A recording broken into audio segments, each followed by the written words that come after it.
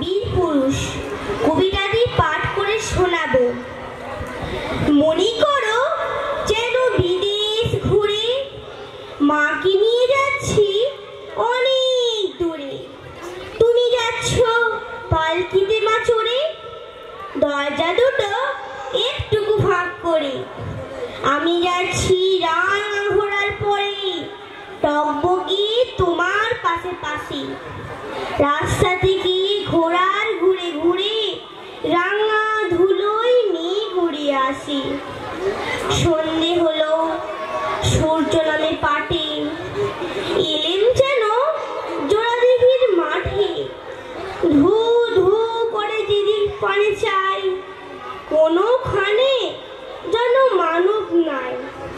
তুমি যেন আপন মনে তাই ভয় পেয়েছ, ভাবছ এলেন কোথা। আমি বলছি ভয় করো না মাগো, ওই দেখা যায় মরা নদীর সোতা। চোর কাটাতে মাঠ রয়েছে ঢেকে, মাঝখানেতে পথ গিয়েছে বেঁকে। গরু বাছুর নেই কোনোখানে, সন্ধে হতে গেছে গাঁয়ের পানে। আমরা কোথায় যাচ্ছি কে তা জানে, অন্ধকারে দেখা যায় না ভালো। তুমি যেন বললে আমায় ডেকে দিঘির ধারে, ওই যে কিসে আলো। এমন সময় হারে রে, ওই যে কারা আসছে ডাকছে রে। তুমি ভয়ে পালকিতে এক কোণে ঠাকুর দেবতার স্মরণ করছো মনে। বেড়াগুলো পাশের কাটা বনে, পালকি ছেড়ে কাঁপছে থর থর। আমি যেন তোমায় বলছি রেখে আমি আছি, ভয় কেন করো।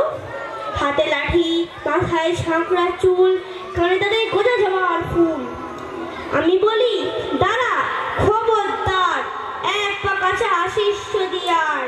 এই যে দেখ আমার তলোয়ার, টুকরো কুড়ানোদের সেরে। শুনে তারা লম্ফ দিয়ে ওঠে, চেঁচিয়ে উঠল হারে রে।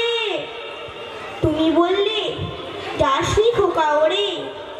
আমি বলি দেখো না চুপ করে।